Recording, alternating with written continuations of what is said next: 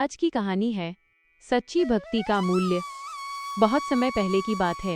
एक धार्मिक राजा था जो भगवान विष्णु का परम भक्त था। राजा हर एकादशी, एक पवित्र दिन को कठोर व्रत रखता, पूरी रात जागकर भजन करता और सभी धार्मिक नियम कायदों का सख्ती से पालन करता था। कई वर्षों तक राजा ने ये सब किया, इस आशा में कि एक दिन उसे भगवान विष्णु के दर्शन होंगे। लेकिन उसे कभी भी भगवान के दर्शन नहीं हुए। उसी राज्य में एक साधारण गरीब व्यक्ति रहता था जो एक लकड़हारा था। वो भी भगवान विष्णु का भक्त था, पर वो कोई कठोर व्रत या नियम नहीं मानता था। वह अपनी मेहनत की कमाई से संतुष्ट रहता था, हर किसी से प्रेम और दया से पेश आता था और दिन के अंत में सच्चे मन से भगवान को धन्यवाद देता था। एक दिन एकादशी के व्रत के बाद राजा ने अपने महल के बाहर से गुजर रहे लकड़हारे को देखा। राजा ने उसे भोजन के लिए महल में बुलाया। भोजन करते समय लकड़हारे ने राजा से कहा, महाराज, पिछली बार जब मैं आपके महल में भोजन के लिए आया था तो मेरे साथ भगवान विष्णु भी भोजन करने आए थे। आपने जो अन्न दिया था वो हम दोनों के लिए कम पड़ गया था। राजा ये सुनकर हैरान रह गया।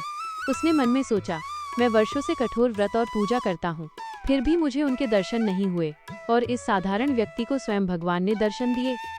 राजा ने निश्चय किया कि अगली एकादशी पर वो भी उस लकड़हारे के साथ रहेगा।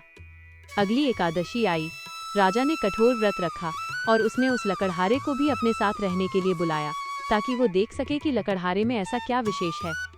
रात को जब राजा ध्यान में बैठा था तो लकड़हारे को नींद आ गई।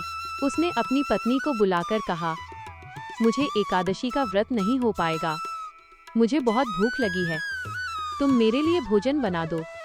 पत्नी ने भोजन बनाया। लकड़हारा भरपेट खाकर चैन से सो गया। राजा ने ये सब देखा और मन में सोचा, ये कैसा भक्त है, यह तो नियम तोड़ रहा है, फिर भी इसे भगवान मिले। तभी राजा के सामने भगवान विष्णु प्रकट हुए। राजा ने हाथ जोड़कर पूछा, हे प्रभु, मैं वर्षों से कठोर व्रत, उपवास और नियमानुसार पूजा करता रहा, पर आपने मुझे दर्शन नहीं दिए। इस व्यक्ति ने आपका नियम तोड़ा और रात में भोजन कर लिया, फिर भी आप इसे मिले, इसका क्या रहस्य है?